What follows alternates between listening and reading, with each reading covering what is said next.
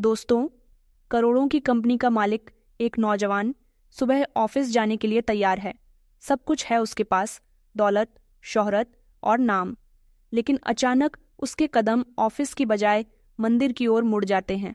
वो सीढ़ियां चढ़ रहा होता है कि सामने से एक औरत उतरती है। चेहरे पर थकान, आंखों में आंसू और जिंदगी का बोझ।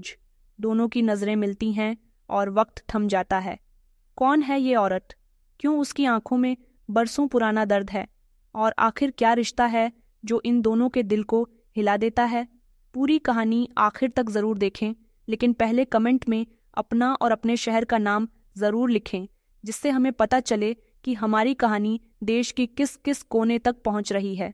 एक नौजवान लड़का सुबह सुबह अपनी कंपनी जाने के लिए घर से बाहर निकला। गाड़ी पहले से तैयार खड़ी थी। ड्राइवर ने दरवाजा खोला और पूछा, सर, क्या सीधे ऑफिस चलना है? लड़के ने बाहर सड़क पर भागती भीड़ को देखा। हर कोई अपने काम में दौड़ रहा था, लेकिन उसके मन में अचानक एक आवाज उठी, पहले ऊपर वाले को धन्यवाद देना जरूरी है। उसने ड्राइवर से कहा, नहीं, पहले मंदिर चलो। कुछ देर बाद कार मंदिर के सामने आकर रुकी। सुबह की हल्की धूप मंदिर की सीढ़ियों पर पड़ रही थी। घंटियों की मधुर गूंज और अगरबत्ती की खुशबू पूरे माहौल को भक्ति से भर रही थी। लड़का कार से उतरा और धीरे धीरे मंदिर की सीढ़ियों चढ़ने लगा। हर कदम के साथ अतीत की यादें उसे घेरने लगीं। वो दिन जब जेब में फीस भरने तक के पैसे नहीं होते थे, वो रातें जब माँ चुपचाप भूखी रह जाती थी ताकि उसका बेटा पढ़ सके, वो लम्हे जब पिता ने अपने खुरदुरे हाथों से मजदूरी करके उसके सपनों को सहारा दिया था, और वो अपमान जब किसी ने कहा था, तेरी औकात नहीं है अमीर लोगों के साथ चलने की। आज जब वो करोड़पति बन चुका था, तब भी उस दर्द की यादें उसकी रग रग में बसी हुई थी। लेकिन किस्मत ने उस दिन उसके लिए एक और इम्तिहान रख छोड़ा था। जैसे ही वो ऊपर चढ़ रहा था, उसी समय मंदिर के भीतर से एक महिला पूजा करके नीचे उतर रही थी। वो साधारण कपड़ों में थी, चेहरे पर थकान, आंखों में गहरी उदासी और चाल में भारीपन। ऐसा लग रहा था मानो जिंदगी ने उसे बार बार चोट पहुंचाई हो। उसके हाथों में पूजा की थाली थी, लेकिन चेहरा बता रहा था कि उसके मन में सिर्फ शांति नहीं, बल्कि टूटी हुई उम्मीदें भी हैं। जैसे ही उसने चेहरा ऊपर उठाया और उसकी नज़र उस नौजवान लड़के से मिली, वक्त ठहर गया। महिला की आंखें भर आईं आंसू, उसके गालों पर ढलक पड़े। लड़का भी वहीं रुक गया। उसकी सांसें तेज हो गईं, लेकिन शब्द उसके होठों तक नहीं पहुंच पाए। ये कोई अनजानी मुलाकात नहीं थी, ये बरसों पुराने रिश्ते का टकराव था। वो रिश्ता जो समय और हालात की आग में जल चुका था, लेकिन दिल की गहराई में अब भी जिंदा था। लोग मंदिर में आते जाते रहे, घंटियों की आवाज गूंजती रही, लेकिन दोनों की नजरें एक दूसरे से हट न सकीं। बरसों बाद अचानक हुई इस मुलाकात ने उनके दिलों के जख्म ताज़ा कर दिए। मंदिर की सीढ़ियों पर ठहरे उस पल ने जैसे दोनों की सांसें रोक दी थीं। महिला ने थाली को संभालना, लेकिन उसके हाथ कांप रहे थे। लड़के ने भी एक कदम आगे बढ़ाना चाहा, पर पैर मानो जमीन से चिपक गए हों। भीड़ भाड़ के बीच वे दोनों एक दूसरे को देखते रह गए। कुछ सेकंड ऐसे बीते जैसे एक उम्र निकल गई हो। फिर महिला ने नज़र झुका ली और धीरे धीरे सीढ़ियों उतरने लगी। लड़के ने उसके जाते कदमों को देखा और उसका दिल जोर जोर से धड़कने लगा। वो चेहरा, वही आंखें, वही चाल, सब कुछ तो वही था। वो यादें जिन्हें उसने मजबूरी में अपने दिल के सबसे गहरे कोने में दबा दिया था। अचानक सामने आंख खड़ी हुई। लड़का वहीं सीढ़ियों पर खड़ा रहा। उसकी आंखें नम थीं और गला भारी। उसके मन में सवालों का तूफान उमड़ रहा था। क्या ये वही है?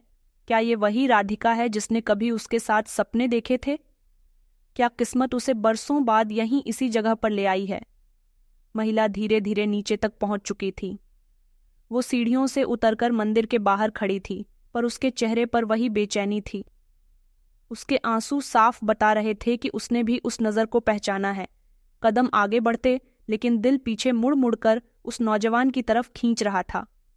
आशीष का दिल अब और चुप रहने को तैयार नहीं था। उसने तेज कदमों से नीचे उतरते हुए पुकारा, राधिका। महिला के कदम अचानक रुक गए। उसने पलटकर देखा और उस एक आवाज ने उसके दिल में दबे बरसों पुराने घाव फिर से खोल दिए। आशीष उसके करीब पहुंचा, लेकिन शब्द अभी भी साथ नहीं दे रहे थे। दोनों आमने सामने खड़े थे। दोनों की आंखें भीगी थीं। बरसों का दर्द, बरसों की दूरी, सब एक ही नज़र में छलक उठा था। आशीष ने कांपते हुए स्वर में कहा, ये सजना तुम राधिका ही हो। राधिका ने नजरें झुका लीं, उसकी पलकों से आंसू गिरे और थाली की पूजा की बूंदों में मिल गए। उसने धीमे से सिर हिला दिया। आशीष की आंखों में चमक और दर्द दोनों थे। उसका दिल भर आया। उसे याद आया वो कॉलेज, वो लाइब्रेरी, वो छोटी छोटी बातें जब राधिका उसके साथ होती थी। और उसे वो दिन भी याद आए जब सब कुछ अचानक छीन गया था। वो यादें जैसे किसी फिल्म की तरह उसके सामने चलने लगी। वो गरीब बस्ती जहाँ से उसने सफ़र शुरू किया था, जहाँ पिता दिन रात मजदूरी करते और माँ भूखे पेट सोकर उसे पढ़ाई के लिए तैयार करती। वो दिन जब अच्छे अंकों से उसने शहर के बड़े कॉलेज में दाखिला लिया और वहीं पहली बार राधिका से मुलाकात हुई। राधिका जो अमीर घराने की बेटी थी, जिसके पास सब कुछ था, शोहरत, पैसे, गाड़ी, बट फिर भी उसके दिल में जरा भी घमंड नहीं था। उसकी मुस्कुराहट सच्ची थी और उसका दिल सबके लिए साफ। आशीष ने कभी सोचा भी नहीं था कि वो उससे इतनी जल्दी दोस्ती कर लेगी और दोस्ती से आगे वो रिश्ता धीरे धीरे प्यार में बदल जाएगा। उसके दिल में एक कसक उठी, काश वो दिन कभी खत्म ना होते। काश हालात ने उन्हें जुदा न किया होता। मंदिर के बाहर अब भीड़ बढ़ती जा रही थी। लोग आ जा रहे थे, लेकिन उनकी आंखों में सिर्फ एक दूसरे की तस्वीर थी। समय जैसे रुक गया था। आशीष ने गहरी सांस ली और बोला, राधिका, इतने सालों बाद आज फिर से भगवान के घर में मिलना, ये कोई संयोग नहीं हो सकता। तुम कहाँ चली गई थी? क्यों मैं अलग होना पड़ा? और तुम्हारी ये हालत क्यों? राधिका ने आंखें पोंछी। उसकी आवाज़ भारी हो चुकी थी। आशीष, बहुत कुछ बदल गया है, बहुत कुछ खो चुका है। मेरी जिंदगी वैसी नहीं रही जैसी तुम छोड़कर गए दिन तक थी। इतना कहकर वो चुप हो गई, लेकिन उसकी छुपी ही सब कुछ बयां कर रही थी। आशीष ने उसकी तरफ हाथ बढ़ाया। आओ कहीं बैठकर बात करते हैं। बरसों का दर्द अब और दिल में दबा नहीं सकते। राधिका ने उसकी तरफ देखा। कुछ पल के लिए उसकी आंखों में डर था, लेकिन आशीष की सच्ची नज़र देखकर उसने सर हिलाया। दोनों मंदिर के पास बने पत्थर के चबूतरे पर जाकर बैठ गए।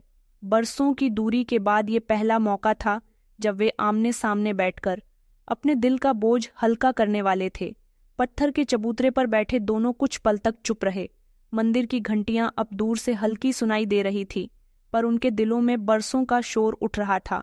आशीष राधिका को देखता रहा, मानो बरसों बाद भी उसकी आंखों में वही मासूमियत ढूंढ रहा हो, लेकिन आज उन आंखों में चमक की जगह दर्द भरा हुआ था। राधिका ने गहरी सांस ली और बोली, आशीष, तुम सोच भी नहीं सकते कि इन सालों में मैंने क्या क्या झेला है। उसकी आवाज़ कांप रही थी, लेकिन हर शब्द दिल से निकल रहा था। उसकी आंखें फिर से भीग गईं और उसने अपना चेहरा झुका लिया। जिस दिन तुम्हें मेरे पिता ने अपमानित किया था, उसी दिन मेरी जिंदगी ने करवट ले ली थी। मैंने बहुत रोकर पापा से कहा कि तुम सच्चे हो, तुम्हारा दिल साफ है, लेकिन उन्होंने मेरी एक ना सुनी। उन्होंने मेरे लिए रिश्ता पक्का कर दिया और मैं चाहकर भी तुम्हें खोज न सकी, क्योंकि तुमने खुद को गायब कर लिया था। आशीष की आंखों में पीड़ा तैरने लगी। उसने चाहा कि बीच में बोल पड़े, पर राधिका के होठों से टूटे शब्द उसे रोकते रहे। शादी के दिन मैं हजारों लोगों के बीच थी, लेकिन मेरे दिल में सिर्फ तुम्हारा चेहरा था। मैंने खुद से पूछा, क्या यही मेरी किस्मत है? और हाँ, वही किस्मत थी। आशीष, उसकी आवाज़ भारी हो गई। जिस घर में मैं दुल्हन बनकर गई थी, वह कभी सुकून नहीं मिला। जिस पति के साथ मेरा नाम जोड़ा गया, उसकी आदतें जहरीली थीं। शराब, गलत संगत और गुस्सा, यही सब था उसकी जिंदगी में। मैंने बहुत समझाया, बहुत सहा, लेकिन हर कोशिश बेकार गई। कई बार मुझे लगा कि शायद मैं ही गलत हूँ, पर जब उसने पहली बार हाथ उठाया, तब समझ आया कि गलती मेरी नहीं थी। राधिका के शब्द आशीष के दिल पर चोट कर रहे थे। वो अपनी मुट्ठियां बींच कर बैठा रहा। उसकी आंखें कह रही थीं, काश मैं उस वक्त तुम्हारे साथ होता। राधिका ने आंसू पोंछे और आगे बोली, 4 साल तक मैंने वो नरक सहा, और फिर एक दिन नशे में गाड़ी चलाते हुए उसका एक्सीडेंट हो गया और सब खत्म हो गया। मैं अकेली रह गई। आशीष बिल्कुल अकेली। उसकी आवाज़ टूटी, लेकिन वो बोलती रही, पति की मौत के बाद भी मेरा दुख खत्म नहीं हुआ। ससुराल वालों ने मुझे बोझ समझा, घर से निकाल दिया। मैंने पापा का दरवाज़ा खटखटाया तो उन्होंने मुझे गले तो लगाया, पर पड़ोसियों की बातें सुनकर वो भी टूटने लगे। लोग कहते विधवा बेटी को घर पर क्यों रखा है? आशीष, मैं जिंदा रही लेकिन अंदर से रोज रोज मरती रही। आशीष के गालों पर भी आंसू भर निकले। उसने हाथ बढ़ाकर राधिका की आंखों के आंसू पोंछती है। उसकी आवाज भारी थी। राधिका, मुझे नहीं पता कि भगवान ने ये सब क्यों होने दिया, लेकिन एक बात आज कहूंगा, तुम अकेली नहीं हो। आज मैं हूं और हमेशा रहूंगा। राधिका ने उसकी तरफ देखा। बरसों बाद उसके चेहरे पर हल्की सी राहत आई, लेकिन दिल के कोने में अब भी डर था। क्या ये सच में मुमकिन है? क्या बीते हुए कल की जंजीरें कभी टूट पाएंगी? दोनों वहीं चुपचाप बैठे रहे और मंदिर की सीढ़ियां उनके आंसुओं की गवाह बन गईं। राधिका ने तो अपना दर्द खोलकर रख दिया था। अब बारी आशीष की थी। उसने गहरी सांस ली, आसमान की ओर देखा और धीमी आवाज में बोला, राधिका, उस दिन जब तुम्हारे पापा ने मुझे अपमानित किया था, उस पल ऐसा लगा जैसे मेरे अंदर की सारी ताकत खत्म हो गई। मैंने चाहा था कि तुम्हें सब बता दूं, लेकिन उन्होंने कहा अगर सच्चा हूं तो खुद पीछे हट जाऊं। मैंने वही किया। तुम्हारे सामने कठोर बनने का नाटक किया ताकि तुम्हारी जिंदगी मेरे कारण और मुश्किल न हो। उसकी आंखें भर आईं। उस दिन जब मैं तुम्हारे घर से निकला तो सीधा अपने कमरे में बंद हो गया। दिनों तक किसी से नहीं मिला। कई बार तो सोचा कि इस दुनिया से चला जाऊं, लेकिन फिर माँ बाप का चेहरा सामने आ जाता। उनकी मेहनत, उनका त्याग मुझे हिम्मत देता रहा कि नहीं आशीष, तू ऐसे हार नहीं सकता। राधिका ध्यान से उसकी बातें सुन रही थी। हर शब्द उसके दिल पर दस्तक दे रहा था। आशीष ने आगे कहा, मैंने ठान लिया कि गरीबी मेरी पहचान नहीं बनेगी। मैंने पढ़ाई के साथ साथ छोटे छोटे काम शुरू किए। रात को ट्यूशन पढ़ाता, दिन में पार्ट टाइम काम करता। कई बार भूखा सोया, लेकिन मेहनत नहीं छोड़ी। धीरे धीरे इतना कमा लिया कि एक छोटा सा बिजनेस शुरू कर सकूं। उसकी आंखों में चमक आ गई। वो बिजनेस शुरू में बहुत छोटा था। लोग मजाक उड़ाते थे, कहते ये क्या करेगा, लेकिन मैंने हिम्मत नहीं हारी। दिन रात काम किया, सोना भूल गया, और जब पहला ऑर्डर पूरा हुआ तो लगा कि जिंदगी ने मुझे नया रास्ता दिखा दिया है। राधिका के चेहरे पर हैरानी और गर्व दोनों थे। उसने हल्की आवाज में कहा, आशीष, तुमने ये सब अकेले किया? आशीष मुस्कुराया, हाँ, अकेले, लेकिन हर कदम पर तुम्हारी याद थी। जब थक जाता तो सोचा करता, अगर राधिका साथ होती तो कहती, हार मत मानना। तुम्हारी वो हंसी, वो बातें मेरी ताकत बन गई, और धीरे धीरे वही छोटा सा काम बड़ी कंपनी में बदल गया। उसकी आवाज और गहरी। आज मेरे पास सब कुछ है, पैसा, शोहरत, नाम, लेकिन जब भी रात को अकेला होता हूं तो दिल पूछता है, आशीष किसके लिए मेहनत कर रहा है?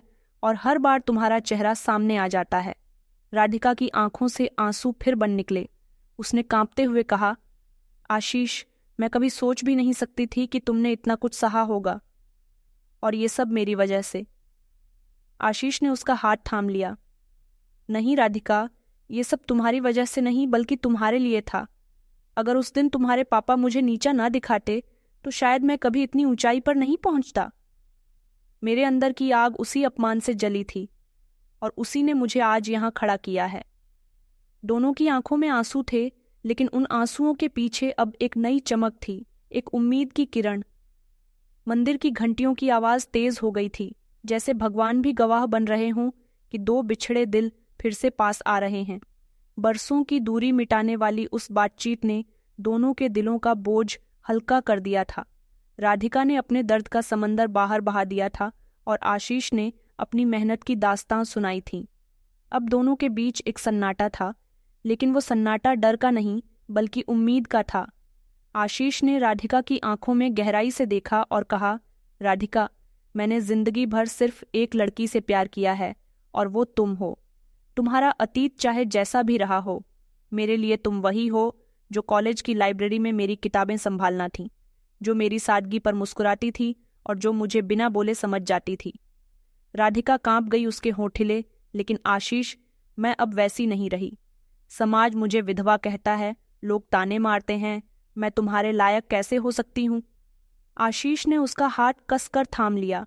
ये समाज कुछ भी कहें, लेकिन मेरे लिए तुम वही राधिका हो।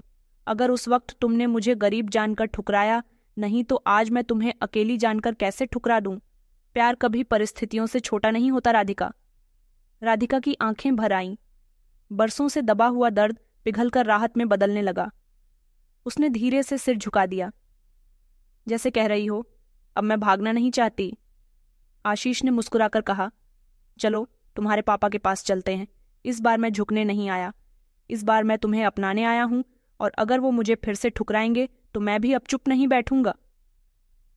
उस शाम जब दोनों राधिका के पिता के घर पहुंचे तो दरवाजे पर खड़े होकर आशीष ने विनम्र आवाज में कहा, अंकल, मैं आशीष हूं, वही गरीब लड़का जिसे आपने कभी अपनी बेटी के लायक नहीं समझा था। आज मैं करोड़ती हूं, लेकिन मुझे अपनी हैसियत साबित नहीं करनी। मैं बस ये कहना चाहता हूं कि आपकी बेटी अकेली है और मैं उसे अकेला नहीं छोड़ना चाहता। राधिका के पिता की आंखों में शर्म और पछतावे के आंसू उमड़ आए। वो कांपते हुए बोले, बेटा, उस दिन मैंने बहुत बड़ी गलती की थी। अगर तू मेरी बेटी को अपना ले तो ये मेरे लिए सबसे बड़ा वरदान होगा। आशीष ने आगे बढ़कर उनका हाथ पकड़ लिया। अंकल, ये वरदान नहीं, मेरा सौभाग्य है। कुछ ही समय बाद आशीष और राधिका का विवाह पूरे रीति रिवाज से हुआ। मंदिर की वही घंटियां अब उनके नए जीवन की गवाह बनी। राधिका ने बरसों का अकेलापन भुलाकर नए सिरे से जीना शुरू किया, और आशीष ने भी समझ लिया कि असली जीत पैसे की नहीं, प्यार की होती है। दोस्तों, इस कहानी से हमें यही सीख मिलती है कि सच्चा प्यार कभी परिस्थितियों का मोहताज नहीं होता।